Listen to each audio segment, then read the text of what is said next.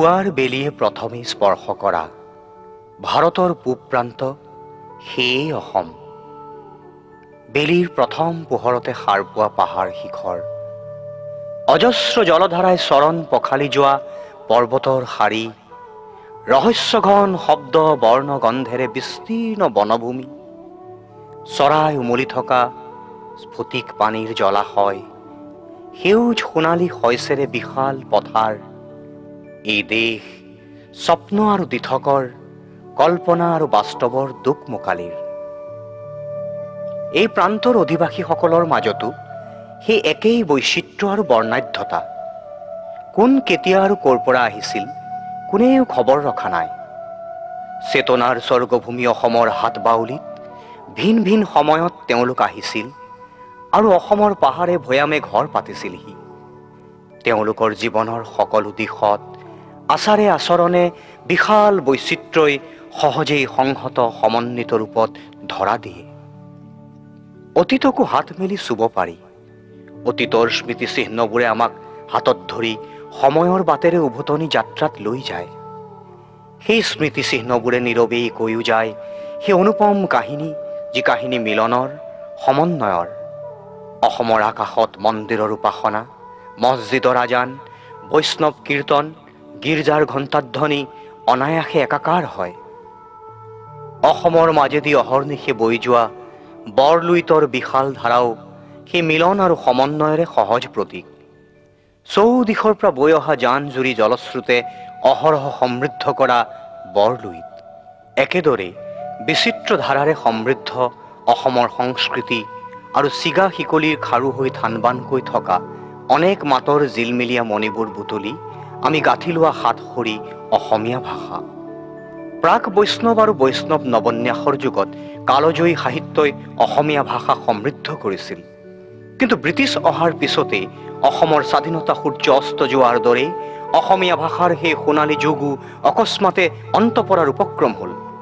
দুপৰতে হোৱা বেলিমাৰৰ দৰে উজ্জ্বল সময়তে অসমীয়া ভাষাৰ অগ্ৰগতিৰ কাহিনীকো হঠাতে মলিন ছাই আৱৰি ধৰিলে। পঢ়াশালী আদালত আদিৰ পৰাই নিৰ্বাসিত হ'ল আমাৰ আপোন ভাষা অসমীয়া ভাষা। ভাষাৰ এই অন্ধকাৰৰ দিনতে আমেৰিকান মিছনেৰীৰ অৰুণোদয়ৰ জৰিয়তে আকৌ যেন নতুন পুৱাৰ প্ৰস্তুতি আৰম্ভ হ'ল। অৰুণোদয়ৰ চকাচন্দা পোহৰতে বাট বুলি আগবাঢ়ি আহিল আনন্দৰাম ঢেকিয়াল ফুকন, হেমচন্দ্ৰ বৰুৱা আৰু গুণাভিৰাম বৰুৱা। ভাষাপ্ৰেমীসকল সন্মিলিত হ'ল অসম হিতৈষী সভা, গুৱাহাটী স্কুল ক্লাব, জ্ঞানদায়িনী সভাৰ দৰে অনুষ্ঠানত। কলিকতা প্ৰবাসী অসমীয়া ছাত্ৰই অসমীয়া সাহিত্য চোৰা গঠন কৰিলে। গুৰি ধৰিলে আনন্দৰাম বৰুৱা, মাধৱ চন্দ্ৰ বৰদলৈকে ধৰি ছাত্ৰসকলে। অসমীয়া ছাত্ৰৰ সাহিত্য সভাৰো জন্ম হ'ল, যাৰ গুৰিয়াল আছিল দীননাথ বেজবৰুৱা, দুৰ্গাধৰ বৰকটকী, দেৱীচৰণ বৰুৱা, লম্বোদৰ বৰা, ৰত্নধৰ বৰুৱা, সত্যনাথ বৰাৰ দৰে সচেতন ছাত্ৰসকল। আটাইৰে সমূহীয়া প্ৰচেষ্টাত যেন ৰাহুমুক্ত হ'ল অসমীয়া ভাষা। ঘনশ্যাম বৰুৱা, গুঞ্জানন বৰুৱা, দীননাথ বেজবৰুৱাৰ দৰে নেতৃস্থানীয়সকলে অসমৰ ভাষা আৰু সৰ্বাংগীন কল্যাণৰ বাবে গঠন কৰিলে আসাম সংঘ।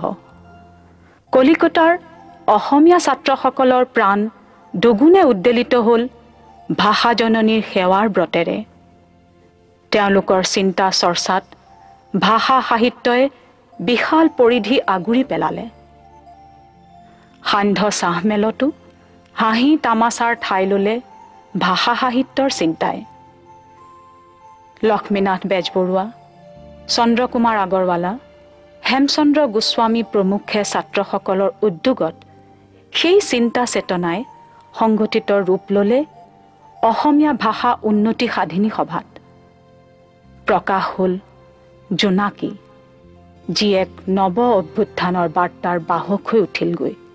জোনাকীৰ বাটেৰে বাট বুলি আহিল উষা, বাঁহী আৰু আলোচনী। অৰুণোদয়ৰ পথ ধৰি অসমীয়া সাহিত্যলৈ নৱন্যাসৰ বতৰা আনিলে আসাম বন্ধুৱে। জোনাকীৰ সৈতেও জড়িত পদ্মনাথ গোহাঁই বৰুৱা আৰু বেণুধৰ ৰাজখোৱাই অসমীয়া সাহিত্য সভা গঠন কৰি প্ৰকাশ কৰিলে বিজুলী। কলিকতাৰ অসমীয়া ভাষা উন্নতি সাধিনী সভাৰ আৰ্হিত একো একোটি সংগঠন হ'ল গুৱাহাটী, নগাঁও, যোৰহাট, শিৱসাগৰ আৰু তেজপুৰত। কলিকতাত সভাৰ বিলুপ্তিৰ পিছতো সক্ৰিয় হৈ থাকিল এই সভাসমূহ। যোৰহাটৰ বিষ্ণুৰাম বৰুৱা হলত শৰৎচন্দ্ৰ গোস্বামীৰ উদ্যোগত জন্ম হ'ল যোৰহাট সাহিত্য সভাৰ। গুৱাহাটীৰ লতাশিল খেলপথাৰত 1916 চনত অনুষ্ঠিত হ'ল অসম ছাত্ৰ সন্মিলন। এই সন্মিলনৰ গুৰিতে আছিল গুৱাহাটী একতা সভা আৰু গুৱাহাটী তথা কলিকতাৰে ASL ক্লাবৰ উদ্যোগ। ছাত্ৰ সন্মিলনৰ সভাপতি হৈ আহিছিল লক্ষ্মীনাথ বেজবৰুৱা। ছাত্ৰ সন্মিলনৰ অভূতপূৰ্ব সফলতাই সমবেত সাহিত্যিকসকলকো অনুপ্ৰাণিত কৰিলে। এখন সাহিত্য সভা গঠনৰ বাবে আগ্ৰহী হৈ উঠিল তেওঁলোক। সেই আগ্ৰহে ৰূপ ল'লে সংগঠিত প্ৰচেষ্টাৰ। ইয়েই চৌদিশে সঞ্চাৰিত কৰিলে উৎসাহ আৰু উদ্দীপনা। অসমৰ ভাষা সাহিত্য থিয় দিলেহি এক নতুন সম্ভাৱনাৰ দুৱাৰ দলিত।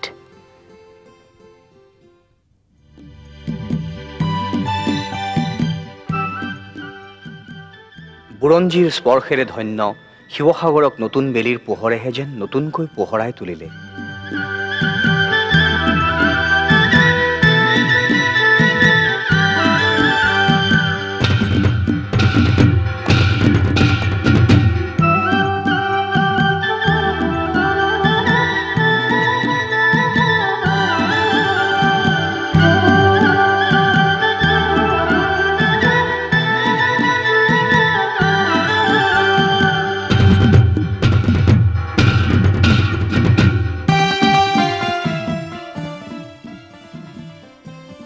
(1917 চন 26 ডিচেম্বৰ এটা নিতুল সপোন দিঠক হোৱাৰ দিন। সদৌ আসাম সাহিত্য সন্মিলনৰ প্ৰথম অধিৱেশনৰ দিনা হোৱা সূচনাই অসমৰ জাতীয় জীৱনত নতুন ইতিহাসৰ পাতনি মেলিলে।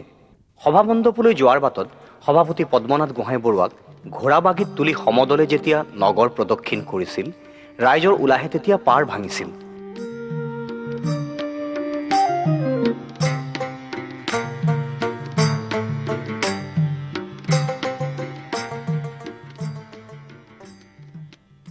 সন্মিলনৰ কাৰ্যনিৰ্বাহকত সমবেত হৈছিলহি অসমৰ জাতীয় জীৱন আৰু সাহিত্যৰ ভালেমান উজ্জ্বল নক্ষত্ৰ। সন্মিলনৰ মূল সুৰ বান্ধি দি সভাপতিয়ে কৈছিল, সাহিত্যই জাতীয়ত্বৰ আচল চিনাকি, সাহিত্য জাতীয়ত্বৰ প্ৰকৃত জীৱন, সাহিত্যৰ অবিহনে কোনো জাতিৰ অস্তিত্ব টিকিবৰ সম্ভাৱনা নাই। সম্পাদকৰ দায়িত্ব লৈছিল শৰৎচন্দ্ৰ গোস্বামী। সাহিত্য সন্মিলনীৰ প্ৰথম কাৰ্যনিৰ্বাহকৰ সদস্যসকল আছিল দেৱেশ্বৰ শৰ্মা, লক্ষ্মীনাথ বেজবৰুৱা, সত্যনাথ বৰা, চন্দ্ৰধৰ বৰুৱা, নীলমণি ফুকন, অমৃতভূষণ দেৱ অধিকাৰী, মফিজুদ্দিন আহমদ হাজৰিকা, দেৱেশ্বৰ চলিহা, অম্বিকাগিৰি ৰায়চৌধুৰী, গুঞ্জানন বৰুৱা, ইন্দ্ৰেশ্বৰ বৰঠাকুৰ, সীতানাথ বৰবৰা, জহিৰুদ্দিন আহমদ, পূৰ্ণানন্দ শৰ্মা পাঠক, লোহিত চন্দ্ৰ নায়ক, ৰোহিতেশ দত্ত শইকীয়া, ৰমণীকান্ত বৰুৱা, মহাদেৱ শৰ্মা, চন্দ্ৰনাথ শৰ্মা, ৰত্নকান্ত বৰকাকতি, মুছলেহুদ্দিন আহমদ, ৰাধানাথ ফুকন, প্ৰমথনাথ চক্ৰৱৰ্তী, ডক্টৰ হৰিকৃষ্ণ দাস, লক্ষ্মীকান্ত বৰুৱা, কুলধৰ চলিহা, দুৰ্গেশ্বৰ শৰ্মা, ফণীধৰ চলিহা, সিদ্ধেশ্বৰ গোহাঁই, কীৰ্তিনাথ শৰ্মা বৰদলৈ, সিংহদত্ত দেৱ অধিকাৰী, গিৰীশ চন্দ্ৰ ৰায়চৌধুৰী।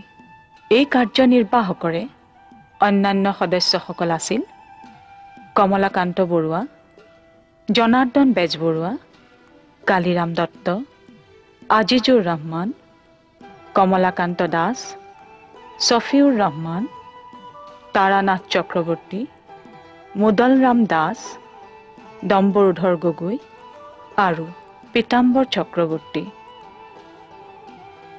শিৱসাগৰে জগাই দিয়া উদ্দীপনা পশ্চিমৰ গোৱালপাৰালৈকে সঞ্চাৰিত হ'ল। সন্মিলনৰ তাত বহা দ্বিতীয় অধিৱেশনৰ সভাপতি চন্দ্ৰধৰ বৰুৱা, সম্পাদক আগৰজনা সভাপতি পদ্মনাথ গোহাঁই বৰুৱা। গোৱালপাৰাক বংগদেশত চামিল কৰা চক্ৰান্তৰ বিৰুদ্ধে সন্মিলন ইয়াতেই গৰজি উঠিল। স্থানীয় ৰাইজে বল পালে। স্মৰণীয় ভূমিকা ল'লে প্ৰসন্ন ঘোষৰ দৰে বিশিষ্ট নাগৰিকে। অসমৰ চেতনাৰ অংগস্বৰূপ বৰপেটা ধাম। অসমৰ কাশীপুৰী দ্বাৰকা মথুৰাপুৰী, অসমৰ বৰপেটা ধাম। চাই যোৱা বাটৰুৱা, পৰাণ জোৰাই যোৱা, শুনি যোৱা হৰি গুণ নাম। আকাশত হৰিনাম, বতাহত হৰিনাম, হৰিনাম শিশুৰ মুখত। নাৱে নাৱে হৰিনাম, ই যেন বৈকুণ্ঠ ধাম, হৰিনাম বথাৰ কোবত। সন্মিলনৰ ইয়াত হোৱা তৃতীয় অধিৱেশনে সন্মিলনক ৰাইজৰ অধিক আপোন কৰি দিলে। এই অধিৱেশনত সভাপতিত্ব কৰিছিল ভাষাবিদ কালিৰাম মেধিয়ে। সম্পাদক আছিল শুনিপোন কথাশিল্পী সত্যনাথ বৰা। বুৰঞ্জী প্ৰসিদ্ধ তেজপুৰত বহিছিল সন্মিলনৰ চতুৰ্থ অধিৱেশন। সভাপতিৰ আসনত পণ্ডিত হেমচন্দ্ৰ গোস্বামী।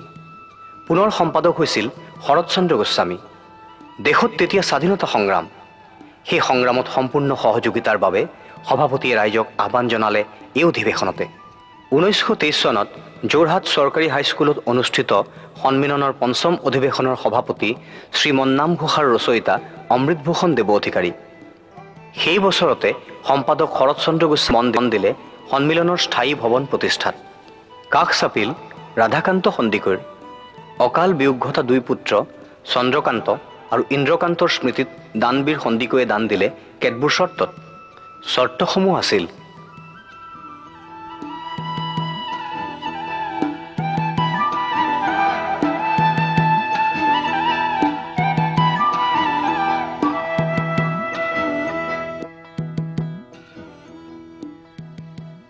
কমলা দেৱীৰ পুত্ৰৰ দানেৰে শিশু সাহিত্যৰ বাবে গঠিত হ'ল কমলা দেৱী ন্যাস। দক্ষিণপাট সত্ৰ অধিকাৰ শ্ৰী শ্ৰী নৰদেৱ গোস্বামীৰ দানেৰে গঠন হ'ল আন এটি ন্যাস। ডিব্ৰুগড়ৰ জৰ্জ ইনষ্টিটিউশ্যনৰ খেলপথাৰত জাক জমককৈ অনুষ্ঠিত হ'ল সন্মিলনৰ ষষ্ঠ অধিৱেশন।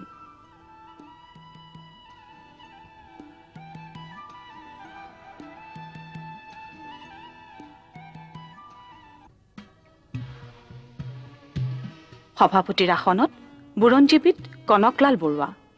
এক নতুন পৰম্পৰা সৃষ্টি কৰি অধিৱেশনত যোগ দিলেহি গড়মূৰ সত্ৰৰ অধিকাৰ শ্ৰী শ্ৰী পীতাম্বৰ দেৱ গোস্বামীয়ে। নাট্যাচাৰ্য ইন্দ্ৰেশ্বৰ বৰঠাকুৰে সভাপতিত্ব কৰিলে অধিৱেশনৰ সৈতে প্ৰথমবাৰৰ বাবে আয়োজিত সংগীত সন্মিলনত। এই কাৰ্যকালতে ঘাইকৈ সম্পাদক শৰৎচন্দ্ৰ গোস্বামীৰ ঐকান্তিক প্ৰচেষ্টাত সন্মিলনৰ হাতলৈ আহিল যোৰহাট নগৰৰ মাজমজিয়াত প্ৰায় 2 বিঘা চৰকাৰী মাটি। অসম চৰকাৰৰ ছ'চাইটি এক্টৰ অধীনত সাহিত্য সন্মিলন পঞ্জীয়নভুক্ত হ'ল। সেই কাৰ্যকালতে আৰম্ভ হোৱা চন্দ্ৰকান্ত অভিধান যুগুতোৱাৰ কামত উল্লেখনীয় ভূমিকা ল'লে কুঁহিৰাম দাসে। অসমৰ প্ৰধান চহৰ গুৱাহাটীৰ লতাশিল খেলপথাৰত বহিল সন্মিলনৰ 7মখন অধিৱেশন। সভাপতিৰ আসনত জোনাকী যুগৰ অন্যতম পথিকৃৎ লক্ষ্মীনাথ বেজবৰুৱা। সভাপতি বেজবৰুৱাই উদাত্ত কণ্ঠে ক'লে অভিভাষণত, প্ৰকৃত সাহিত্যৰ প্ৰধান লক্ষণ মুক্তি। যি সাহিত্যৰ ভিতৰত স্বাধীনতাৰ প্ৰেৰণা, মুক্তিৰ বন্ধনবিহীনতা, স্বচ্ছন্দে লিখিবৰ শক্তি নাই, সেই সাহিত্য মৃতবৎ। এই কাৰ্যকালৰে 1925 চনৰ 28 জানুৱাৰী তাৰিখে ৰাধাকান্ত সন্দিকৈ দেৱৰ 30,000 টকা দানেৰে চন্দ্ৰকান্ত ইন্দ্ৰকান্ত সোঁৱৰণী ন্যাস পুঁজি গঠন কৰা হয়। সভাই অভিধান প্ৰণেতা হেমচন্দ্ৰ বৰুৱাৰ সোঁৱৰণতো এটা স্মৃতিস্তম্ভ প্ৰতিষ্ঠা কৰে।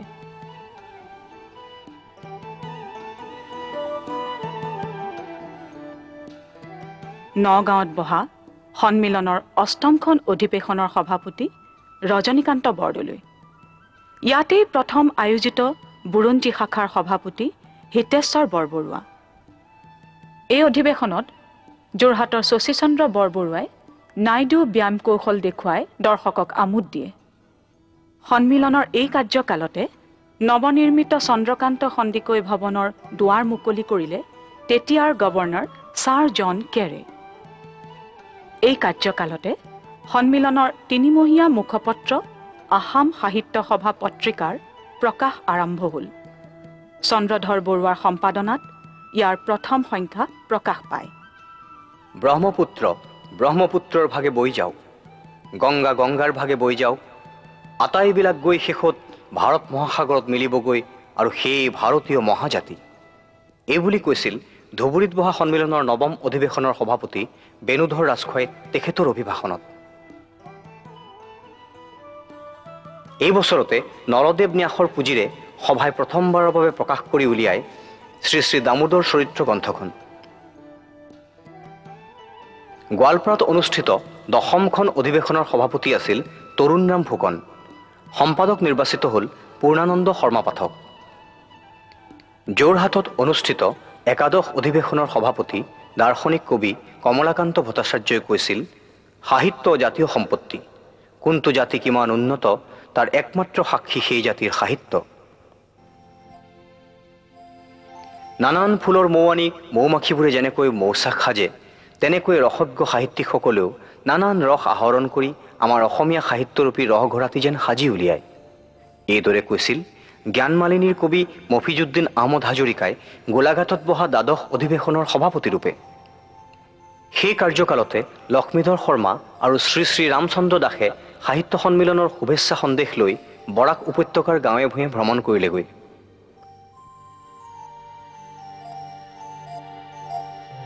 শিৱসাগৰত অনুষ্ঠিত হ'ল সন্মিলনৰ ত্ৰয়োদশ অধিৱেশন। সভাপতিৰ আসনত বহে গোৱালপাৰাৰ জমিদাৰ নগেন্দ্ৰ নাৰায়ণ চৌধুৰী। এই অধিৱেশনতে সাহিত্য সন্মিলনে লক্ষ্মীনাথ বেজবৰুৱাক সাহিত্যৰথী উপাধিৰে বিভূষিত কৰিলে। সভাপতিৰ ভাষণত বেজবৰুৱাক অভিহিত কৰা হ'ল ৰসৰাজ বুলি।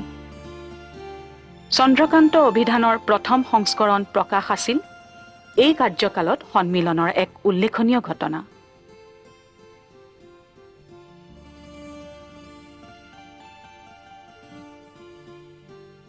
উত্তৰ লখিমপুৰত বহা সন্মিলনৰ চতুৰ্দশ অধিৱেশনৰ সভাপতি জ্ঞানদাভিৰাম বৰুৱাই কৈছিল, যি দেশৰ সাহিত্য জীৱিত আৰু ডাঙৰ সেই দেশ কেতিয়াও নমৰে।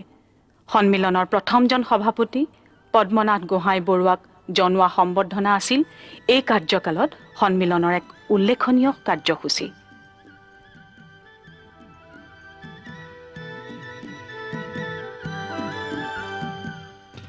মঙলদৈত অনুষ্ঠিত পঞ্চদশ অধিৱেশনত সভাপতিত্ব কৰি আনন্দ চন্দ্ৰ আগৰৱালাই কৈছিল, জাতীয় উন্নতিৰ বাবে লাগে ঐক্য, গভীৰ স্বদেশানুৰাগ, অদম্য উদ্যম, সেৱাপৰায়ণতা আৰু স্বাৰ্থত্যাগ। তেজপুৰত বহিছিল সন্মিলনৰ ষষ্ঠদশ অধিৱেশন। ইয়াত সভাপতিত্ব কৰি পৰম আত্মবিশ্বাসেৰে কৈছিল কবি ৰঘুনাথ চৌধাৰীয়ে, হাতীক হাতেৰে বগৰাই দিব নোৱাৰি, অসমীয়া জাতি বাৰিষাৰ জাজি হৈ উটি নাযায়। সংস্কৃতক বাদ দি সাহিত্য হ'ব নোৱাৰে। ভাৰতীয় সাহিত্য সংস্কৃত অৰ্থই ভাণ্ডাৰ, তাৰ পৰা আমি যদি একো সংগ্ৰহ কৰিব নোৱাৰো তেনে আমি একো বুজি নাপাওঁ। এই অধিৱেশনৰ সংগীত সন্মিলনৰ অভ্যৰ্থনা সমিতিৰ সভাপতি আছিল জ্যোতিপ্ৰসাদ আগৰৱালা। গুৱাহাটীত বহা সপ্তদশ অধিৱেশনৰ সভাপতি হৈছিল কৃষ্ণকান্ত সন্দিকৈ। অনা অসমীয়া আৰু চুবুৰীয়া ৰাজ্যতো অসমীয়া ভাষাৰ প্ৰচাৰৰ বাবে তেখেতে আহ্বান জনাইছিল। এই অধিৱেশনৰ আদৰণি সমিতিৰ সভাপতি আছিল গোপীনাথ বৰদলৈ। মাধৱ বেজবৰুৱা সম্পাদিত প্ৰবন্ধ সংগ্ৰহখনেই আছিল সন্মিলনৰ প্ৰথম স্মৃতিগ্ৰন্থ। আৰ্থিক সংকটৰ লেখীয়া কাৰণত পিছৰ কেইবাবছৰো সন্মিলনৰ কাম কাজ চন্দ্ৰকান্ত সন্দিকৈ ভৱনতে সীমিত থাকিল। ৩ বছৰ বিৰতিৰ পিছত সন্মিলনৰ অষ্টাদশ অধিৱেশন বহিল যোৰহাটত। সভাপতি ঢাকা বিশ্ববিদ্যালয়ৰ অধ্যাপক ডক্টৰ ময়িদুল ইছলাম বৰা। এই অধিৱেশনৰ ঘাই আকৰ্ষণ আছিল মণিপুৰৰ মহাৰাজ সুৰচন্দ্ৰ সিংহৰ যোগদান। সেই সময়তে ব্ৰিটিছ সৈন্যই চন্দ্ৰকান্ত সন্দিকৈ ভৱন দখল কৰাত কাৰ্যালয়ৰ বিস্তৰ ক্ষতি হ'ল। এই দুৰ্যোগ কালত পদ্মধৰ চলিহাৰ যত্নত পৰৱৰ্তী অধিৱেশনৰ প্ৰস্তুতি চলিল। পুনৰ 4 বছৰৰ বিৰতিৰ পিছত শিৱসাগৰত অনুষ্ঠিত হ'ল গুৰুত্বপূৰ্ণ 49 অধিৱেশন। সভাপতি নীলমণি ফুকন। সভাপতিৰ দায়িত্ব অধিৱেশনতে সীমাবদ্ধ নকৰি বছৰজোৰা কাৰ্যকালৰ ব্যৱস্থা হ'ল এই অধিৱেশনতে। জাতীয় সংহতি ৰক্ষাত সাহিত্যিকৰ অৱদান অতুলনীয়, অনুপম, মনোগ্ৰাহী, অন্তৰস্পৰ্শী, উৎপ্ৰেৰণাৰ উৎস। বহল অৰ্থত সাহিত্য অৰ্থাৎ কলা, কৃষ্টি, সংস্কৃতি এটা জাতিৰ ত্ৰিবেণী সংগম। সন্মিলনৰ সম্পাদক তেতিয়া ডিম্বেশ্বৰ নেওগ। তদুপৰি আসাম সাহিত্য সভা নামটো সলাই অনুষ্ঠানৰ নামকৰণ হ'ল অসম সাহিত্য সভাৰূপে। তেতিয়া সমগ্ৰ দেশজুৰি ভাৰত ত্যাগ আন্দোলন চলিছিল বাপুজীৰ নেতৃত্বত।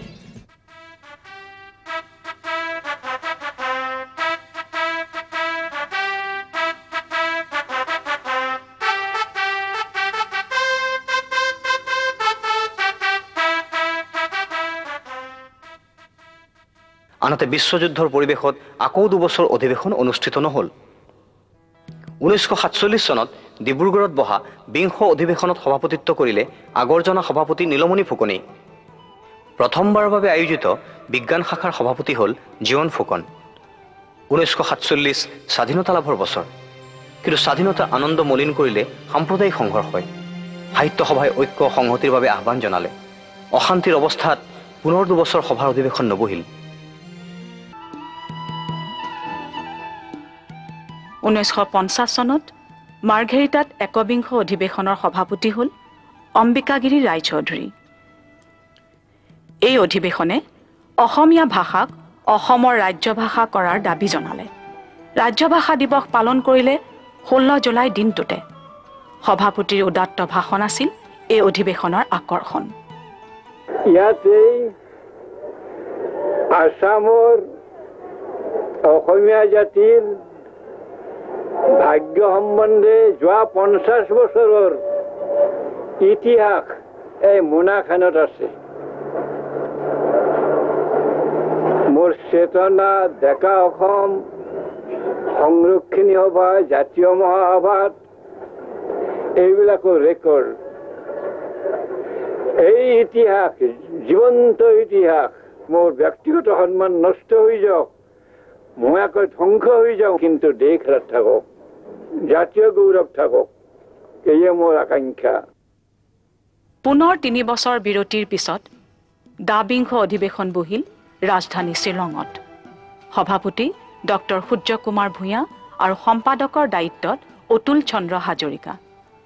এই অধিৱেশনৰ সফলতাৰ আঁৰত আছিল বিষ্ণুৰাম মেধি, মতিৰাম বৰা, ৰূপনাথ ব্ৰহ্ম আৰু কুলধৰ চলিহাৰ অৰিহণা। বিজ্ঞান শাখাৰ সভাপতি আছিল BM পিউ। হৰিনাৰায়ণ দত্ত বৰুৱাই শ্ৰীমন্ত শংকৰদেৱৰ অমৰ ৰচনাৱলী গোটাই যুগুত কৰা শ্ৰী শ্ৰী শংকৰ বাক্যামৃত গ্ৰন্থখনিৰ উন্মোচন হ'ল এই অধিৱেশনতে।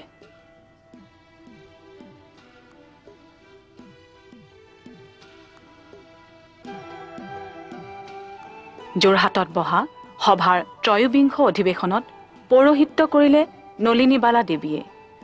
অধিৱেশনৰ সিদ্ধান্ত মৰ্মে অসমীয়া ভাষাক ৰাজ্যভাষা ঘোষণাৰ দাবী জনোৱা হ'ল ৰাজ্যভাষা আয়োগৰ ওচৰত।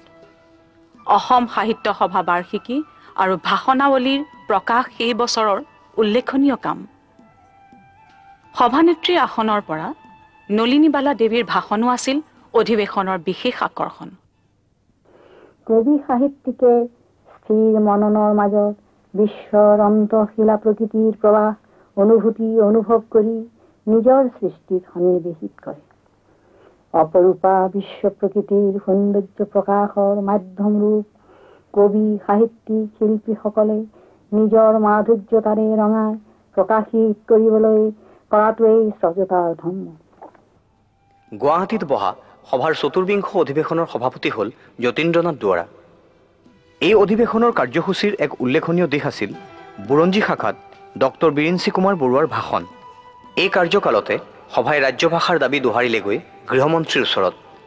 নেফাৰ ছাত্ৰই নেফাত অসমীয়া ভাষাৰ বাবে ৰাজ্যপালক স্মাৰকপত্ৰ দিলে সেই সময়তে। উদুলি মুদুলি পৰিৱেশত সভাৰ ৰূপালী জয়ন্তী অধিৱেশন বহিছিল ধুবুৰীত। সভাপতি বেণুধৰ শৰ্মা। অধিৱেশনত সভাপতি শৰ্মাৰ ভাষণে আটাইৰে হৃদয় স্পৰ্শ কৰিছিল। অৰুণোদয় কাকতে আছিল আমেৰিকান পাদ্ৰীসকলৰ প্ৰথম আৰু ঐতিহাসিক অৱদান। ৰবিনছনে ব্যাকৰণ লিখিছিল। ৰেভাৰেণ্ড ব্ৰাউনেও grammatical notices on Assamese language নাম দি অসমীয়া ব্যাকৰণ এখন প্ৰকাশন কৰিছিল। ব্ৰাউনছনৰ অভিধানত কোৱা কথামতেহে উক্ত বৰ্ণবিন্যাস ৰক্ষা কৰিছিল। Doctor Nathan Brown, doctor Miles Bronson এই নামবিলাক কেইবাজনো বাদেও ভালে মানে শিছবিলাকলৈ আধা খুন্দা অসমীয়া ভাষাৰে চিঠি লিখিছিল। এই অধিৱেশনৰ সফলতাত বিশেষ অৰিহণা যোগালে স্থানীয় সাহিত্যপ্ৰেমী প্ৰমথনাথ চক্ৰৱৰ্তী আৰু দীনেশ ৰঞ্জন চৰকাৰে। ইতিমধ্যে সভাৰ কাম কাজ সম্প্ৰসাৰিত হৈছিল চৌদিশে। এইখিনি সময়ত বৰাক উপত্যকাত সভাৰ প্ৰচেষ্টাই বিশেষ গতি লাভ কৰিছিল। তিনিচুকীয়াত বহা সভাৰ ষড়বিংশ অধিৱেশনৰ সভাপতি আছিল পদ্মধৰ চলিহা। ৰাজ্যভাষাৰ সন্দৰ্ভত এটা চূড়ান্ত সিদ্ধান্ত ল'বলৈ এই অধিৱেশনতে সভাই চৰকাৰৰ ওচৰত দাবী জনালে। ইয়াৰ উপৰি দাবী জনালে স্বতন্ত্ৰীয়া প্ৰকাশন পৰিষদ এটি গঠন কৰিবলৈ। ফলশ্ৰুতিত জন্ম হ'ল অসম প্ৰকাশন পৰিষদৰ। প্ৰথমবাৰৰ বাবে 9 ছেপ্টেম্বৰত পালিত হ'ল সাহিত্য সভা দিৱস। এই অধিৱেশনত সংগীত সভাৰ সভাপতি আছিল বিষ্ণুপ্ৰসাদ ৰাভা।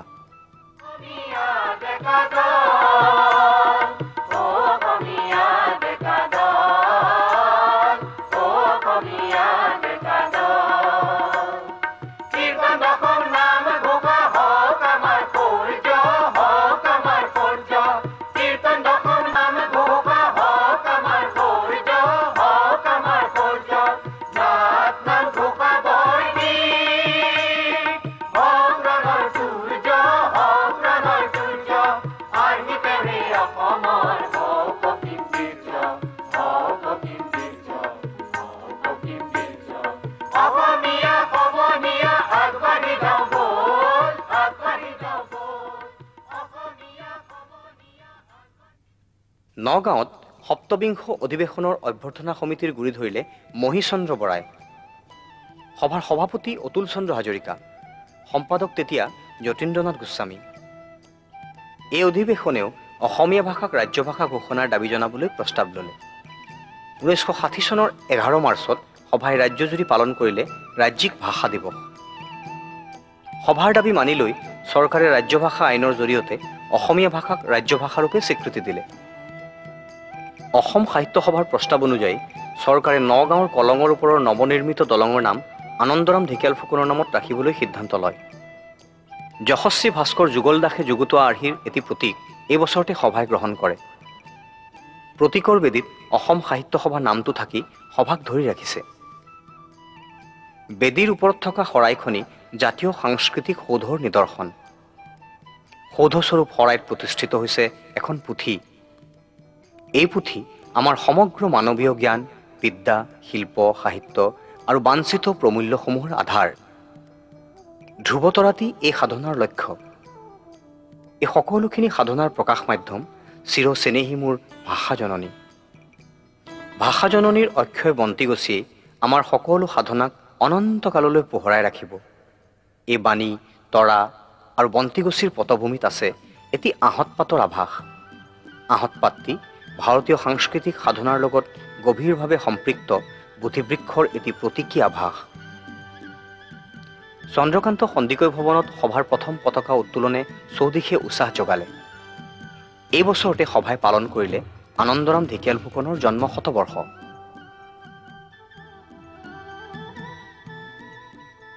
এই কাৰ্যকালতে সভাৰ অনুৰোধ মৰ্মে চৰকাৰে ৰবীন্দ্ৰ ভৱনটো শ্বিলঙৰ পৰিৱৰ্তে গুৱাহাটীত স্থাপন কৰিবলৈ সন্মতি জনায়। এই চোৱা সময়তে ৰাজ্যভাষাৰ দাবীত আন্দোলন যেতিয়া তীব্ৰ হৈ পৰিছিল, শ্বহীদ হৈছিল ৰঞ্জিত বৰপূজাৰী। ভাষাৰ বেদীত জীৱন আহুতি দিয়া আনসকল আছিল সূৰ্য বৰা, গিৰীশ দেউৰী, মিনেশ্বৰ দাধৰা আৰু মফিজুদ্দিন আহমদ। বিদায়ী সভাপতি অতুল চন্দ্ৰ হাজৰিকাই মিৰ্জাত বহা অষ্টাবিংশ অধিৱেশনত প্ৰথমবাৰৰ বাবে সভাথলীত পতাকা উত্তোলন কৰে।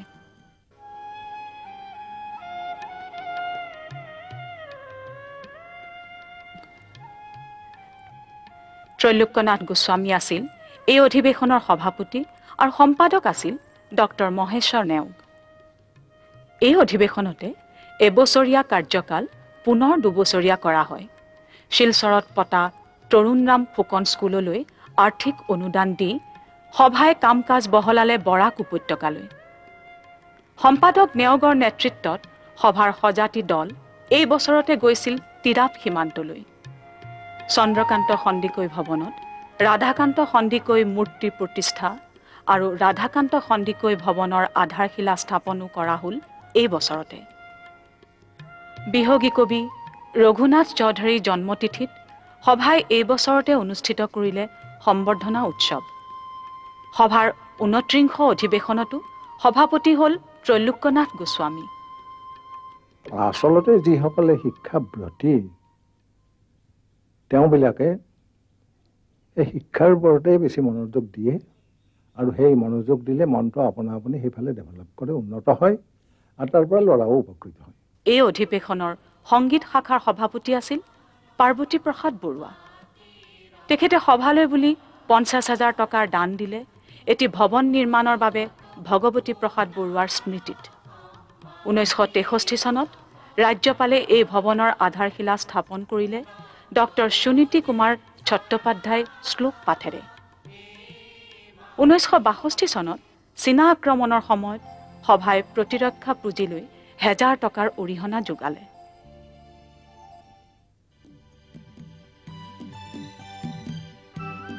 (1963 চনত নাজিৰাত বহা 30 অধিৱেশনত সভাপতি আছিল ৰত্নকান্ত বৰকাকতি।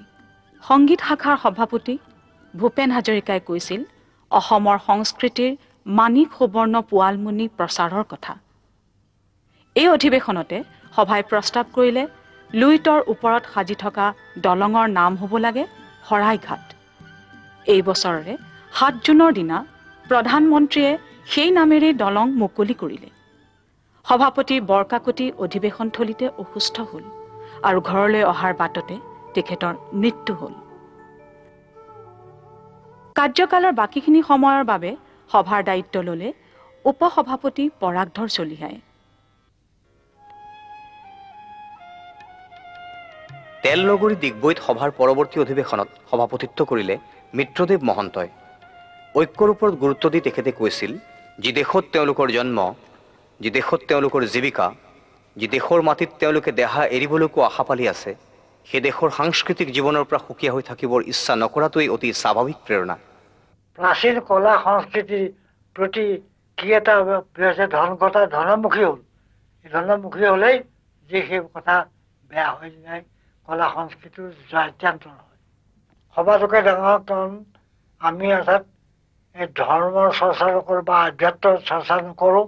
আমি বিষয় ভোগলৈ গৈছোঁ আমি বেছিভাগেই। কিন্তু যিসকল আছে নাই যোৱা, বস্তুটো নাই যোৱা, কিন্তু আমি ধৰি ৰাখিব জনা নাই।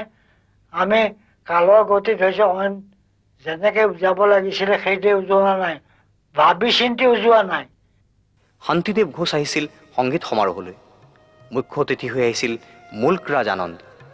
সম্বৰ্ধিত হৈছিল মণিৰাম দত্ত বৰবায়ন। পাৰ্বতী প্ৰসাদ বৰুৱাৰ দান আৰু কেন্দ্ৰীয় চৰকাৰৰ অনুদানেৰে সম্পূৰ্ণ হোৱা ভগৱতী প্ৰসাদ বৰুৱা ভৱনৰ দুৱাৰ মুকলি হ'ল এই কাৰ্যকালতেই।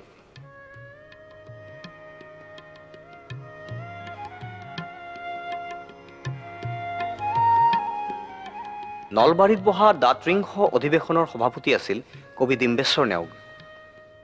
আজি ফাগুন দিন বাজিছে নীৰৱে প্ৰাণৰ প্ৰাণত কিনো অভিনৱ বীণ, চৌদিশে তাৰেই সুৰ অস্ফুট ধ্বনিৰে গগন পৱন সকলোতে ভৰপূৰ, জুৰিয়ে জুৰিছে গীত পুৰণি বিনত ৰেপ দিওঁতেই চিত মোৰ পুলকি, বিহগে ধৰিছে টান কত যুগ ধৰি জাপ গৈ থকা মুকলি কৰিছে প্ৰাণ। এই কাৰ্যকালৰ সম্পাদক হ'ল হৰিপ্ৰসাদ নেওগ।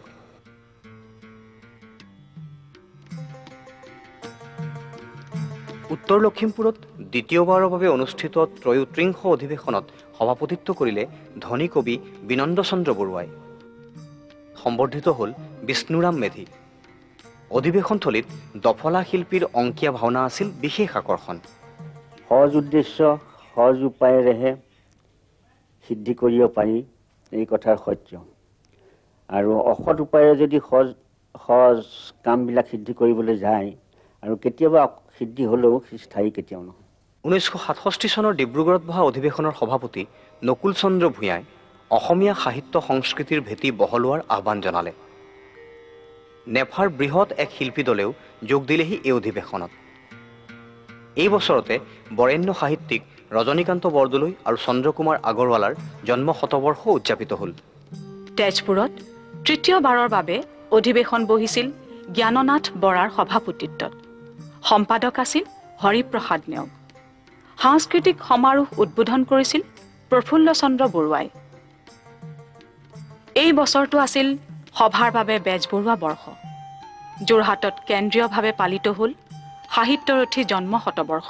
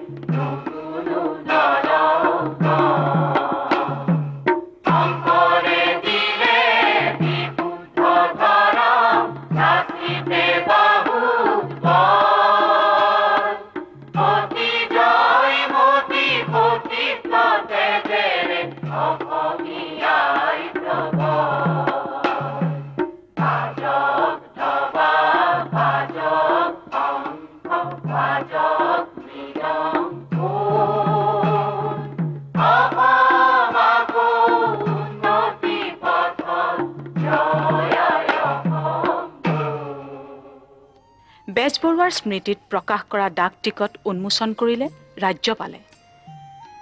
দিল্লীত শতবৰ্ষ অনুষ্ঠানত যোগ দিলে ৰাষ্ট্ৰপতিয়ে। প্ৰকাশিত হ'ল বেজবৰুৱা গ্ৰন্থাৱলী। ডিব্ৰুগড় বিশ্ববিদ্যালয়ত স্থাপিত হ'ল বেজবৰুৱা আসন। ইয়াৰ পিছৰখন বৰপেটা অধিৱেশনত বকুল বনৰ কবি আনন্দ চন্দ্ৰ বৰুৱাই সভাপতিত্ব কৰিলে। মূল সভাৰ দিনা 12 বজাৰ পৰা 2 বজালৈ 2 ঘণ্টা কাল বৰপেটা চহৰৰ 58বোৰ হাতীৰ আগে আগে শোভাযাত্ৰা হৈছিল। প্ৰত্যেক হাতীতে বেলেগ বেলেগ তোৰণ, বাট পথ, লোকাৰণ্য, বিৰদি সন্ধি পাবলৈ নাই। 2 কি 2.5 লাখ মান জনসমাৱেশ হৈছিল। সেই বিৰাট জনতাৰ মাজে মাজে গৈ সভা মণ্ডপত সোমাবলৈ বাট পোৱা নগ'ল। অভ্যৰ্থনা সমিতিৰ সভাপতি শ্ৰী মহেন্দ্ৰ মোহন চৌধুৰী, ডক্টৰ মহেশ্বৰ নেওগ, হৰিপ্ৰসাদ নেওগ আদিয়ে বহু কষ্ট কৰিহে বাট উলিয়াই মোক সভাৰ মঞ্চলৈ নিব পাৰিলে। ঢিঙত বহা সপ্তত্ৰিংশ অধিৱেশনৰ সভাপতি আছিল উপেন্দ্ৰ চন্দ্ৰ লেখাৰু, সম্পাদক যতীন্দ্ৰনাথ গোস্বামী। নটসূৰ্য ফণী শৰ্মাই গুৰি ধৰিলে সংগীত সন্ধিয়াৰ। ডাক্তৰ দীননাথ শৰ্মা আৰু মহেন্দ্ৰনাথ ডেকা ফুকন সম্বৰ্ধিত হ'ল। আলোচনা চক্ৰত সভাপতি আছিল বিপিন বৰগোহাঁই। এই বছৰতে সভাই পালন কৰিলে মফিজুদ্দিন আহমদ হাজৰিকাৰ জন্ম শতবৰ্ষ। মাকুমত আয়োজিত অধিৱেশনত তীৰ্থনাথ শৰ্মাই সভাপতিত্ব কৰিছিল। আলোচনা চক্ৰ গুৰি ধৰিছিল ডক্টৰ প্ৰমোদ চন্দ্ৰ ভট্টাচাৰ্যই। সভাৰ প্ৰথমজন সভাপতি গোহাঁই বৰুৱাৰ জন্ম শতবৰ্ষ এই বছৰতে পালন কৰি তেখেতৰ মূৰ্তি প্ৰতিষ্ঠা কৰা হ'ল।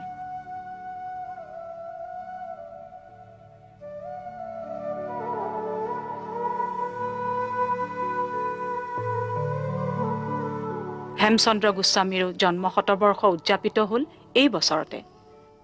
হেমচন্দ্ৰ গোস্বামী ৰচনাৱলীৰ বাবে সভালৈ কেন্দ্ৰীয় চৰকাৰৰ বঁটাও আছিল উল্লেখনীয় ঘটনা।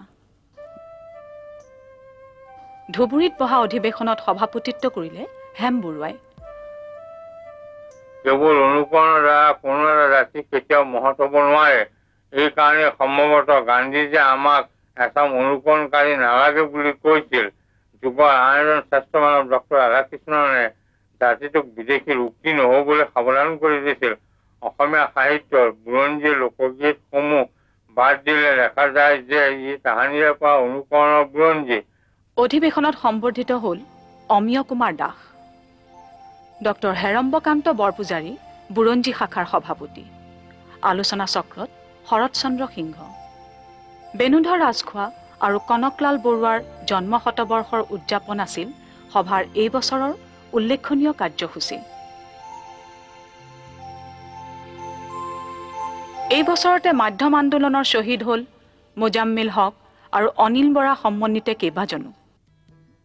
ৰঙিয়াত আয়োজিত অধিৱেশনৰ সভাপতি আছিল গিৰিধৰ শৰ্মা। এই বছৰতে সম্পাদক ডক্টৰ নগেন শইকীয়াই ভাৰতৰ উপৰাষ্ট্ৰপতিৰ পৰা হেমচন্দ্ৰ গোস্বামী ৰচনাৱলীৰ বাবে উৎকৃষ্ট মুদ্ৰণৰ বঁটা গ্ৰহণ কৰেগৈ।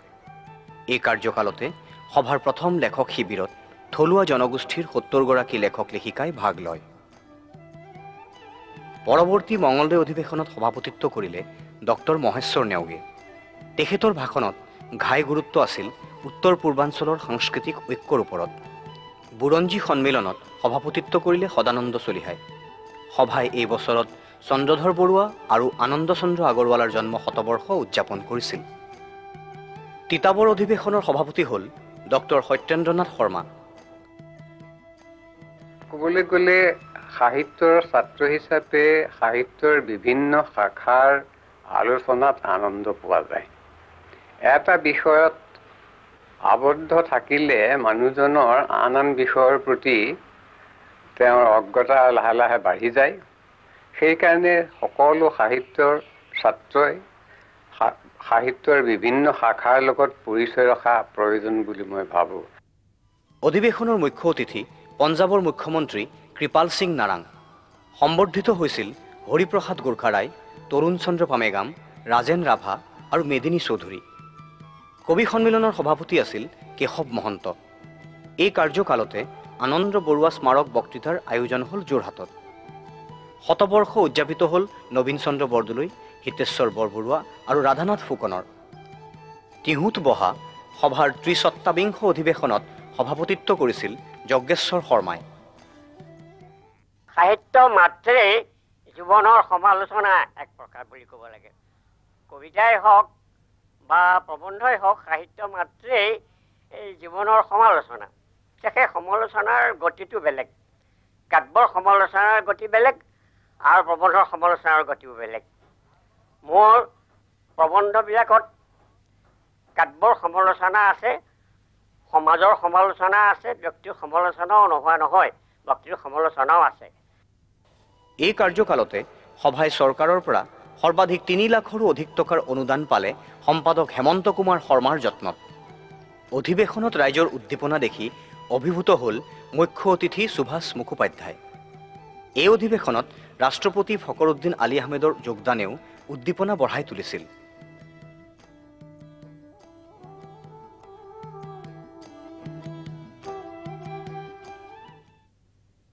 এই সুযোগত অসমৰ ৰাইজলৈ মোৰ আন্তৰিক অভিনন্দন আৰু শুভেচ্ছা জনাইছোঁ। অসমলৈ সাহিত্য জগতৰ মহান ব্যক্তি শ্ৰী শ্ৰী শংকৰদেৱ কথা আজি মোৰ মনলৈ বৰকে আহিছে।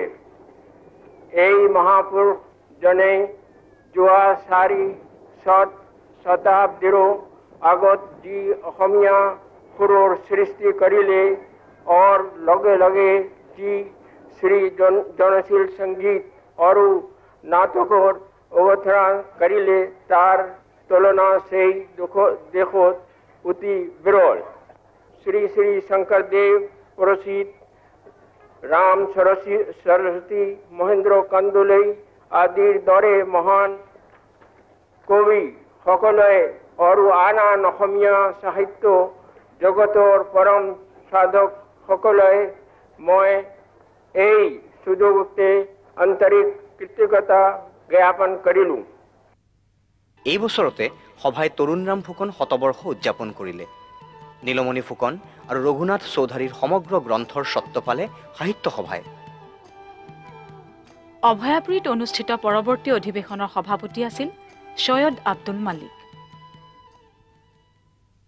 মই সদায় মনত ৰাখোঁ যে প্ৰথমতে গল্পটো গল্প হ'ব লাগিব আৰু পাঠকক সি গল্প হিচাপে আকৰ্ষণ কৰিব লাগিব আৰু পাঠকে তাৰ পৰা কিবা বক্তব্য কিবা বাণী বিচাৰি পায় নাপায় সেইটো পাঠকৰ কথা। সভাৰ এই হীৰক জয়ন্তী বৰ্ষৰ সম্পাদক আব্দুছ সত্তাৰ। বিখ্যাত সাহিত্যিক সুনীল গংগোপাধ্যায় অধিৱেশনৰ মুখ্য অতিথি। ইয়াত সম্বৰ্ধিত হ'ল ভৱেন্দ্ৰনাথ শইকীয়া আৰু হোমেন বৰগোহাঁই। সাংস্কৃতিক অনুষ্ঠানত সম্বৰ্ধনা পালে প্ৰতিমা পাণ্ডে বৰুৱাই। ৰংপুৰ সাহিত্য সভাই এই বছৰতে আয়োজন কৰিলে ৫ম লেখক শিবিৰ। ২৬ ডিচেম্বৰত আয়োজিত সভাৰ হীৰক জয়ন্তী দিৱসে ৰাজ্যজুৰি উদ্দীপনা জগালে। প্ৰকাশিত হ'ল অতুল চন্দ্ৰ হাজৰিকাৰ সম্পাদনাত অসম সাহিত্য সভাৰ ৰূপলেখা, ডক্টৰ মহেশ্বৰ নেওগৰ সম্পাদনাত ইংৰাজী ভাষাত এনেলছ অৱ অসম সাহিত্য সভা আৰু ডক্টৰ যোগেন্দ্ৰ নাৰায়ণ ভূঞাৰ সম্পাদনাত সভাৰ হীৰক জয়ন্তী সংখ্যা পত্ৰিকা। সভাৰ পিছৰ বছৰৰ অধিৱেশন গোলাঘাটত। সভাপতি অগ্নিকবি প্ৰসন্নলাল চৌধুৰী।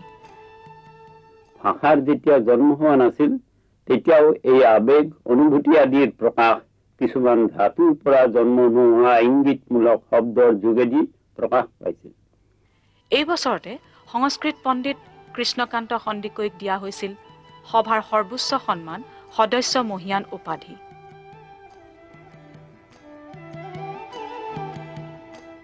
শুৱালকুছিত বহিছিল সভাৰ পৰৱৰ্তী অধিৱেশন। সভাপতি অতুল চন্দ্ৰ বৰুৱা। আমাৰ সাহিত্য সভাৰ নিয়মাৱলীত আছিলে যে সংস্কৃতি আৰু সাহিত্যৰ উন্নতি কৰাই সাহিত্য সভাৰ উদ্দেশ্য। সাহিত্য আৰু সংস্কৃতি হাতত ধৰাধৰি কৰি যাব লাগিব। অধিৱেশনৰ সাংস্কৃতিক সন্মিলনত সভাপতিত্ব কৰিলে প্ৰদীপ চলিহাই। লক্ষ্যহীৰা দাস কবি সন্মিলনীৰ সভানেত্ৰী। ৰহাত অনুষ্ঠিত পৰৱৰ্তী অধিৱেশনৰ সভাপতি আছিল যতীন্দ্ৰনাথ গোস্বামী।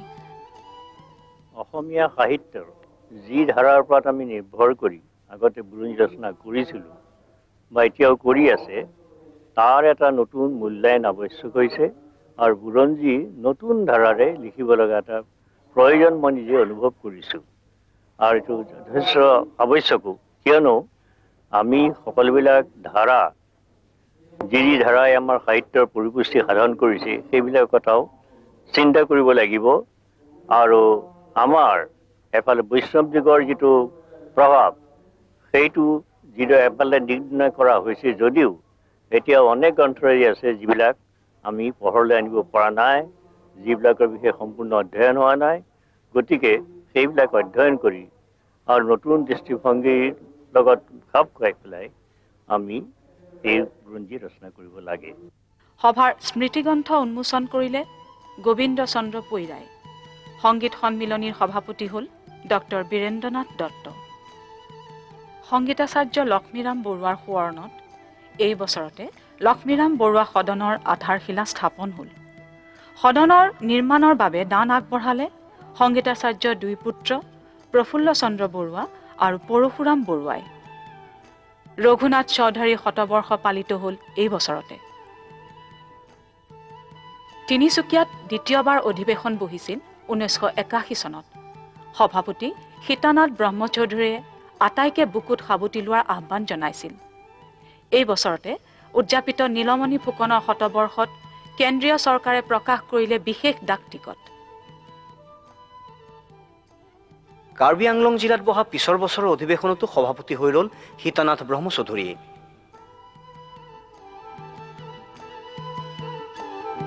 সম্পাদক ডক্টৰ নগেন শইকীয়া। অবৈধ বিদেশী বিতৰণ আন্দোলনত সভাই সমৰ্থন দিলে অকুণ্ঠ চিত্তে। কৰ্মপন্থা নিৰ্ধাৰণৰ বাবে পৰামৰ্শ সমিতিও গঠন কৰি ল'লে। অধিৱেশনথলী ডক্টৰ ভূপেন হাজৰিকাৰ গীতেৰে ৰজন জনাই গ'ল। এই বছৰতে প্ৰথমবাৰৰ বাবে সভাই সাহিত্যাচাৰ্য উপাধি দিলে শ্ৰী শ্ৰী মিত্ৰদেৱ মহন্ত আৰু অতুল চন্দ্ৰ হাজৰিকাক। সাহিত্য সভাৰ সোণালী জয়ন্তী অধিৱেশন। সভাপতি ডক্টৰ বীৰেন্দ্ৰ কুমাৰ ভট্টাচাৰ্য। প্ৰথম গল্প লেখা মনত পৰে, মই যেতিয়া যোৰহাট গভৰ্ণমেণ্ট হাইস্কুলত পঢ়োঁ, যোৰহাট গভৰ্ণমেণ্ট হাইস্কুলত এটা পৰিৱেশ আছিলে। পৰিৱেশত হৈছে কি, তেওঁলোকে হাতে লিখা মেগাজিন উলিয়াবলৈ দিয়ে আলোচনীৰ পৰা, আৰু এখন ছপা মেগাজিনো ওলায়। এই ছপা মেগাজিনৰ কাৰণে মই সম্পাদকৰ অনুৰোধ ক্ৰমে মই এটা গল্প লেখোঁ প্ৰথম।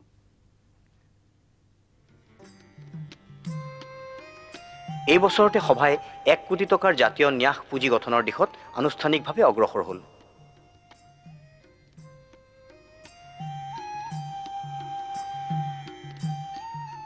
ডিফুৰ ৰাংচিনা ভৱনত সভাৰ আঞ্চলিক কাৰ্যালয় মুকলি হ'ল।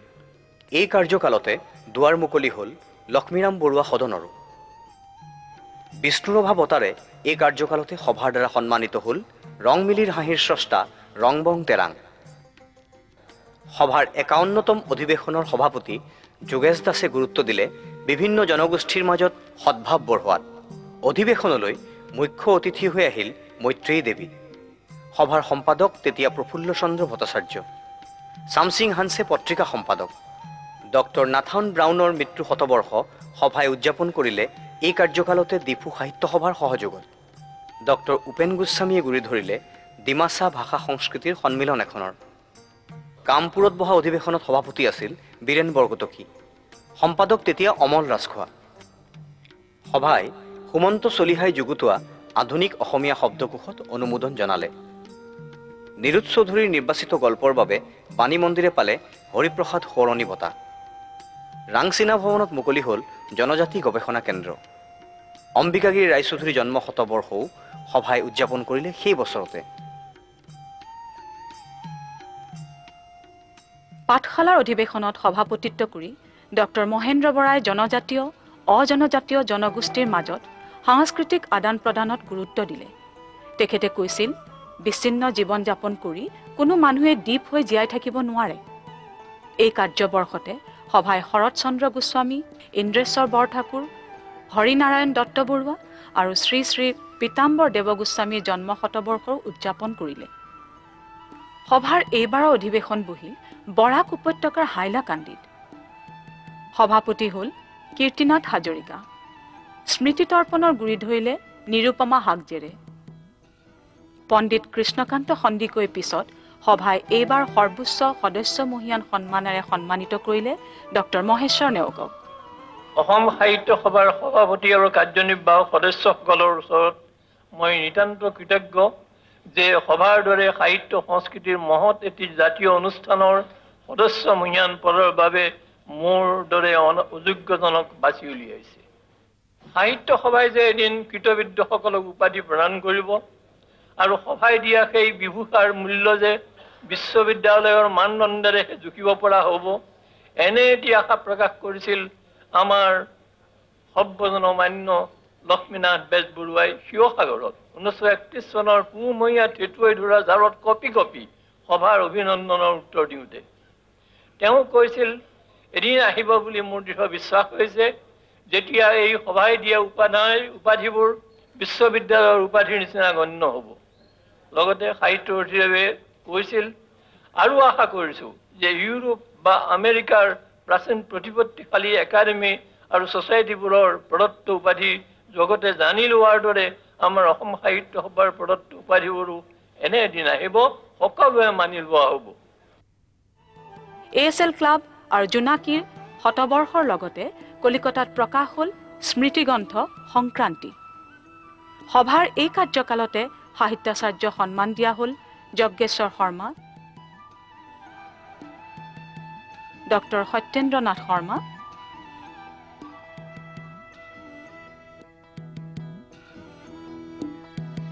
আৰু ধনী কবি বিনন্দ চন্দ্ৰ বৰুৱাক। এই অধিৱেশনতে জিলা সাহিত্য পৰিষদ নামটো সলনি কৰি জিলা সাহিত্য সভা কৰা হ'ল। ৫৫তম অধিৱেশনত সভাপতিত্ব কৰিলে মহিম বৰাই। মোৰ নিজৰ এটা বিশ্বাস এইটোৱেই যে গল্প, কবিতা, উপন্যাস আদি সৃষ্টিমূলক সাহিত্যৰ কাৰণে এটা বয়স থাকে। যেতিয়ালৈকে কল্পনাবিলাক সজীৱ হৈ থাকে, জাগ্ৰত হৈ থাকে, তেতিয়ালৈকেহে এই সৃষ্টিটো সম্ভৱ। গল্প আৰু উপন্যাসৰ কাৰণে মানুহজন ফিল্ডত নামিব লাগিব। তেওঁ ঘৰত বহি কিতাপ পঢ়ি গল্প উপন্যাস লিখিব নোৱাৰে। তেওঁ মানুহৰ মাজলৈ যাব লাগিব, তেজমঙহৰ মানুহৰ মাজলৈ, আৰু তেওঁলোকৰ মাজত সমানে ঘূৰিব লাগিব। তাৰ মাজতে ঘটনাবিলাকো পৰ্যবেক্ষণ কৰিব লাগিব, আৰু বিশেষকৈ চৰিত্ৰ, সেই মানুহৰ পৰা চৰিত্ৰ ল'ব লাগিব। গতিকে মানুহৰ মাজৰ পৰা চৰিত্ৰ বিচাৰি ফুৰিব লাগিব। সম্পাদক তেতিয়া সতীশ চন্দ্ৰ চৌধুৰী। উক্ত কাৰ্যকালতে সভাৰ সজাতি দলে শুভেচ্ছা ভ্ৰমণত সামৰি লয় ডিমাপুৰ কহিমা আদি অঞ্চল। এই শুভেচ্ছা ভ্ৰমণে সেইবোৰ অঞ্চলত সদিচ্ছাৰ মনোভাৱ জগাই তুলিলে।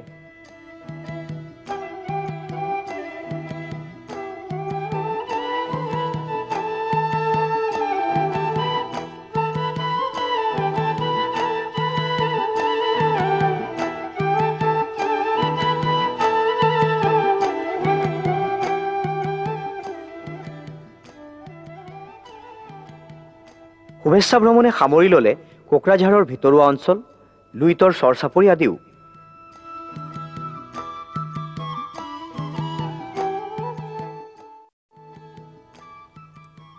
পিছৰ বছৰৰ অধিৱেশনৰ সভাপতি নৱকান্ত বৰুৱাৰ কাৰ্যকালত জনগোষ্ঠীয় ভাষা সাহিত্য সভাসমূহৰ উমৈহতীয়া মঞ্চ গঠন হ'ল।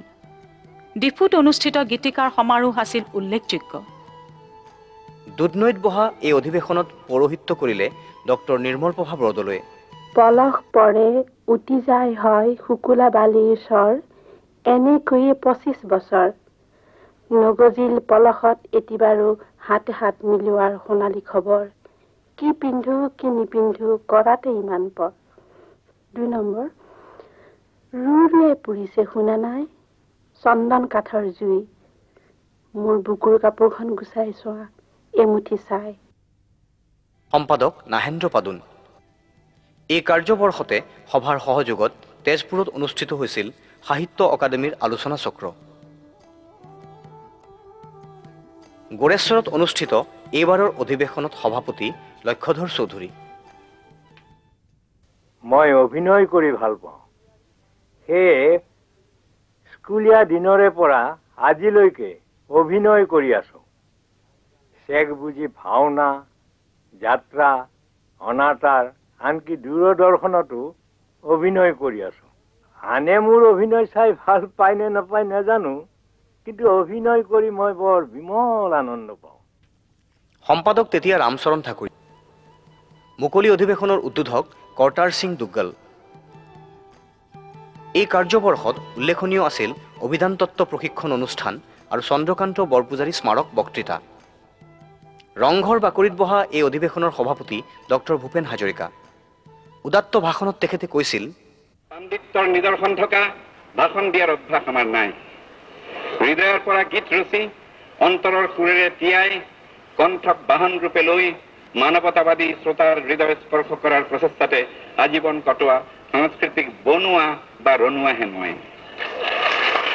প্ৰথমেই অসমৰ এই ভয়াৱহ দিনলৈ চাই ইয়াত আপোনাসৱৰ সন্মুখত দৃঢ় কণ্ঠে ঘোষণা কৰিবলৈ আহিছো যে অসম সাহিত্য সভা কেৱল অসমীয়া সাহিত্য সভা নহয়, ই অসমৰ সাহিত্য সভা হ'ব লাগে। ভৌগোলিকভাৱে যি মাটিভাগ অসমৰ অঞ্চল ৰূপে আছেগৈ, সেই সীমাৰ ভিতৰতে থকা আৰু লুইত ৰূপী অসমীয়া সাহিত্যক জীৱন্ত উপনয় হৈ তজবজীয়া নিজৰা হৈ অহৰাত্ৰি পৰিপুষ্ট কৰা বিভিন্ন ঐতিহ্যপূৰ্ণ জনজাতীয় ভাষাগোষ্ঠীসমূহ আৰু অন্যান্য ভাষাগোষ্ঠীৰ সাহিত্য কৰ্মীসকলৰ বাবেও এই অসম সাহিত্য সভাৰ মঞ্চ হ'ব লাগে। সমান গুৰুত্ব লৈ একেলগে বহা, আলোচ কৰা, পৰস্পৰক সসন্মানে বুজিবলৈ চেষ্টা কৰা সুবিশাল মঞ্চ হওক এই মহান সাহিত্য সভা। উদাৰ দৃষ্টিভংগী হওক এই মননশীল সাহিত্য সভাৰ, যৌথ হওক ইয়াৰ পৰিকল্পনা, অস্ত্ৰ হওক মানৱতাবাদ, লক্ষ্য হওক শান্তি আৰু সামূহিক কল্যাণ। মুখ্য অতিথিৰ অন্যতম আছিল খুশৱন্ত সিং আৰু সম্বৰ্ধিত হৈছিল ডক্টৰ মুকুন্দ মাধৱ শৰ্মা। এইবাৰৰ অধিৱেশনৰ সভাপতি ডক্টৰ লীলা গগৈ। ইংৰাজে 1826 চনৰ ইয়াণ্ডাবু সন্ধিৰ চৰ্ত অনুসৰি অসমীয়া মানুহৰ মুখৰ ভাত কাঢ়ি নিয়াৰ 10 বছৰৰ পাছত এদিন কিছুমান স্বাৰ্থান্বেষী মানুহৰ প্ৰৰোচনাত অসমৰ স্কুল আদালতৰ পৰা অসমীয়া ভাষাটো নিষ্ঠুৰভাৱে নিৰ্বাসন দিয়া হ'ল।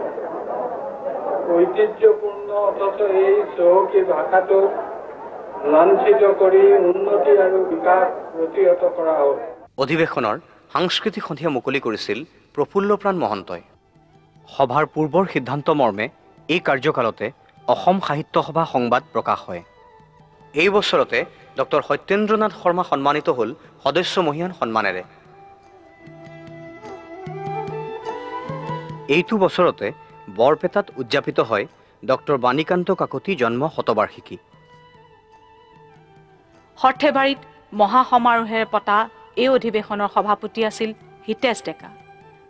সভাপতিৰ ভাষণত তেখেতে কৈছিল, বহি আক্ৰমণতকৈ অন্তৰ্বিপ্লৱ বেছি ভয়ংকৰ।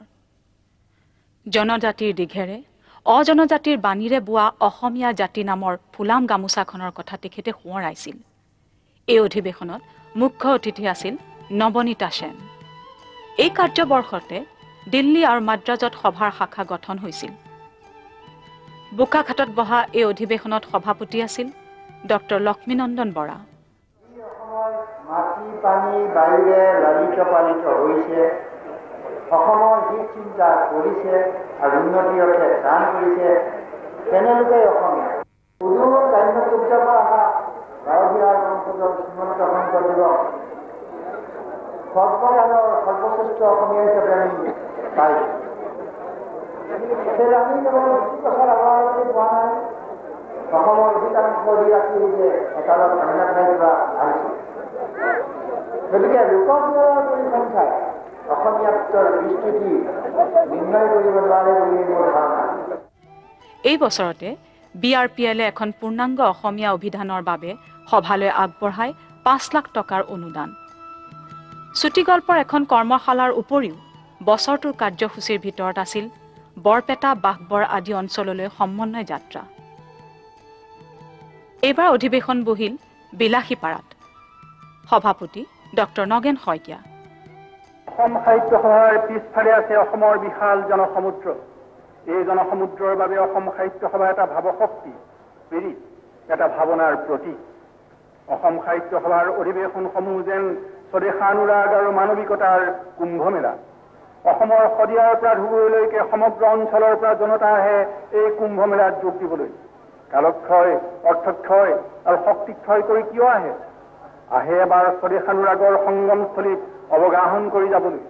আমি সকলোৱে প্ৰত্যক্ষ কৰিছোঁ, সভাৰ অধিৱেশন এতিয়া অসমৰ জাতীয় বাৰ্ষিক সাহিত্য উৎসৱলৈ ৰূপান্তৰিত হৈছে।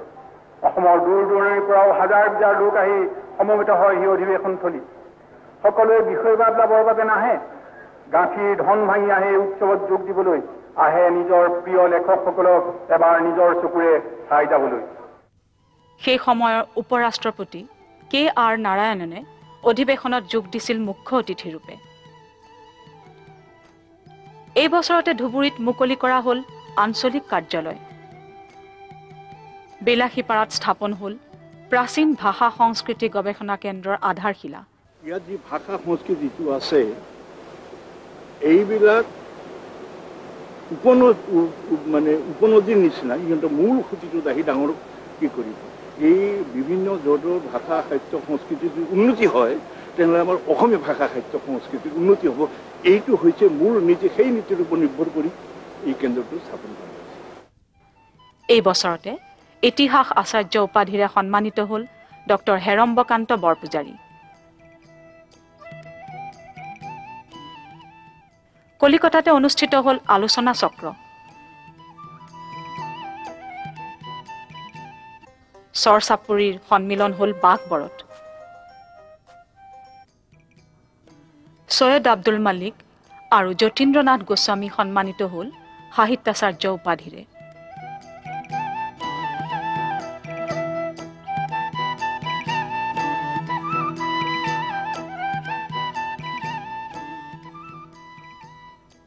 পিছৰ বছৰৰ অধিৱেশনতো সভাপতিত্ব কৰি ডক্টৰ নগেন শইকীয়াই অসমৰ ৰাইজৰ ওচৰত সাহিত্য সভাৰ দায়বদ্ধতাৰ কথা দোহাৰিলে। ইয়াতে কাৰ্যনিৰ্বাহকৰ কাৰ্যকাল পুনৰ 2 বছৰীয়া কৰাৰ সিদ্ধান্ত লোৱা হয়। এই বছৰতে প্ৰসন্নলাল চৌধুৰীৰ জন্ম শতবৰ্ষ উদযাপিত হ'ল।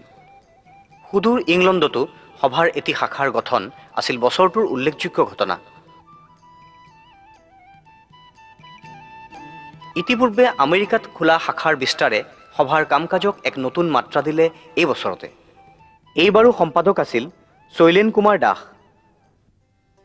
হাজোত অনুষ্ঠিত পৰৱৰ্তী অধিৱেশনত সভাপতি হ'ল চন্দ্ৰপ্ৰসাদ শইকীয়া।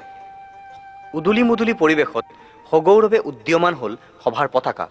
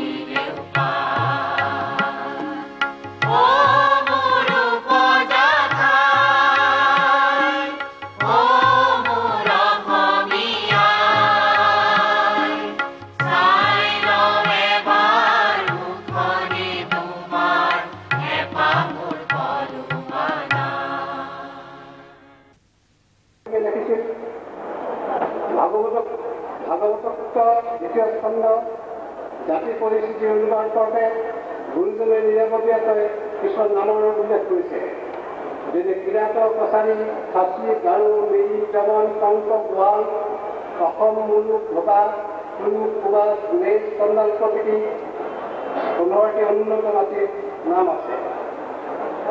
ভাগৱতৰ 9টি জাতিৰ বিপৰীতে গুৰুজনে 15টি জাতিৰ নাম উল্লেখ কৰি অসমৰ থলুৱা কিছুমান অৱহেলিত, নিষ্পেষিত, উন্নত, বহিৰ্জগতৰ লগত উপৰিষ্ট সহায়ক বুজাবলৈ চেষ্টা। সম্পাদক ডক্টৰ বসন্ত কুমাৰ গোস্বামী। এই বছৰতে ডক্টৰ মইদুল ইছলাম বৰাৰ জন্ম শতবৰ্ষ উদযাপিত হৈছিল। শতাব্দীৰ শেষ প্ৰান্তত যোৰহাটত বহিছিল সভাৰ বিশেষ অধিৱেশন।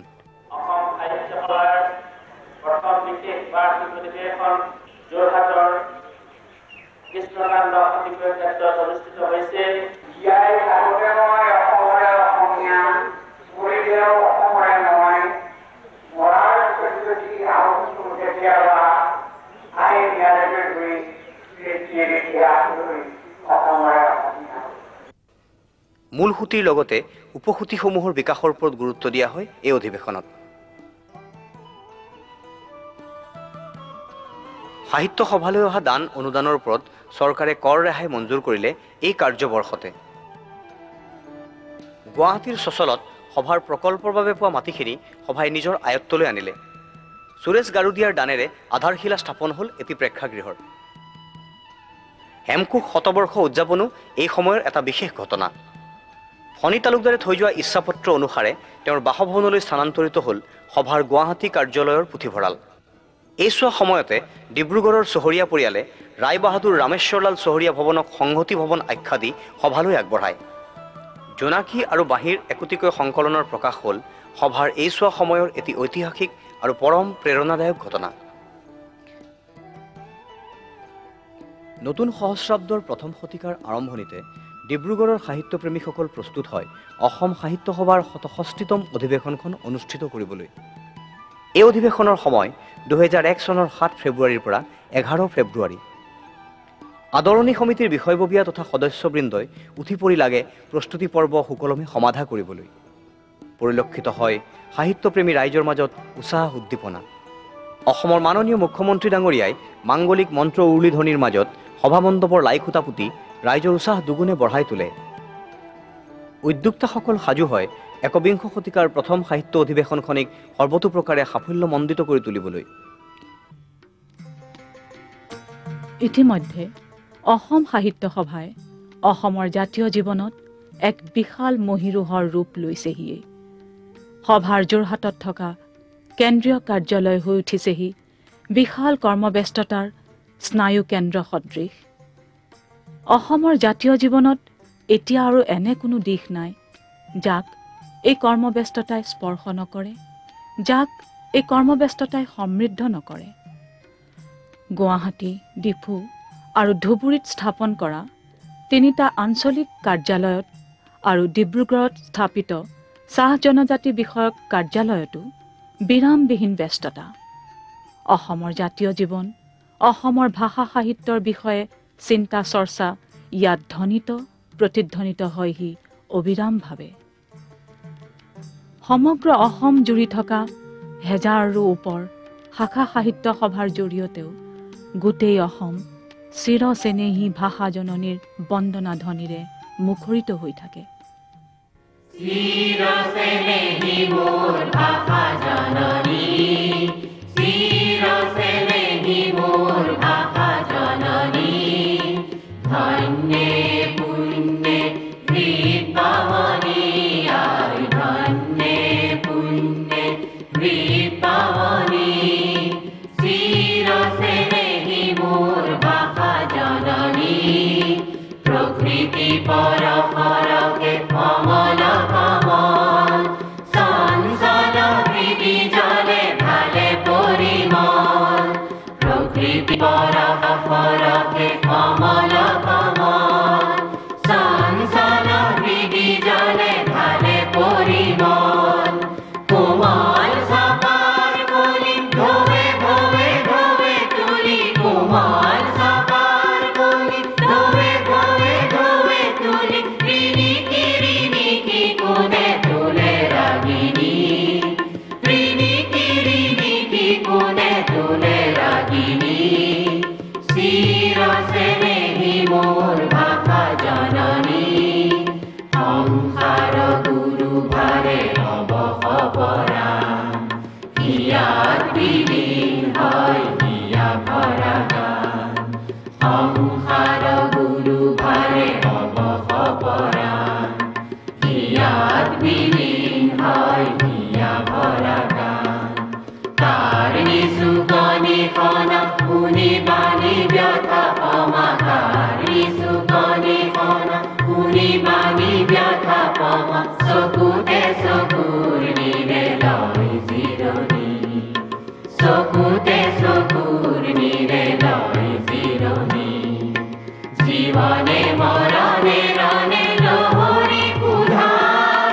প্ৰাণনাথি গানে বহি সিঁচাহত ধাৰ, জীৱনে মৰণে ৰণে লহৰি উধাৰ, প্ৰাণনাথি গানে বহি সিঁচাহত ধাৰ, হে মোৰ মধুৰ নন মাগিছো মাধুৰী কণা, হে মোৰ মধুৰ নন মাগিছো মাধুৰী কণা, দিয়া দিয়া দিয়া আই মধুবাহিনী, দিয়া দিয়া দিয়া আই মধুবাহিনী, চিৰচেনেহী মোৰ ভাষা জননী, চিৰচেনেহী মোৰ ভাষা জননী।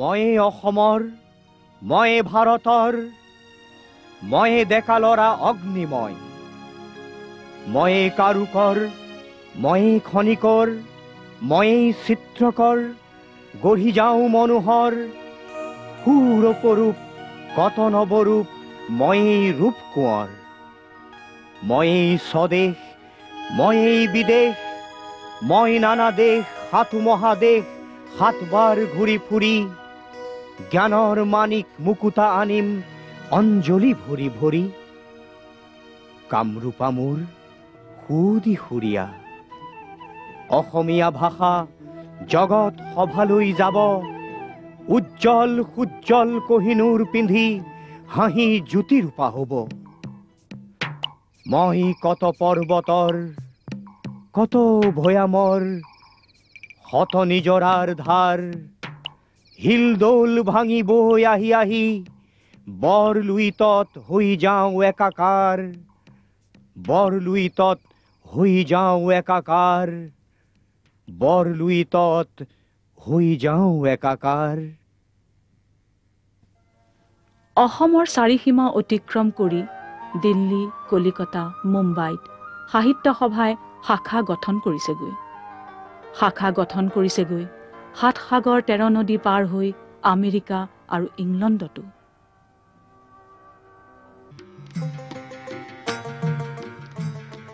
বিশাল লুইতে চৌদিশৰ জান জুৰিক সাবটি লোৱাৰ দৰে অসম সাহিত্য সভায়ো বিভিন্ন বিচিত্ৰ ধাৰাকে সাবটি লৈ আগবাঢ়ি গৈছে ভৱিষ্যতৰ দিশলৈ।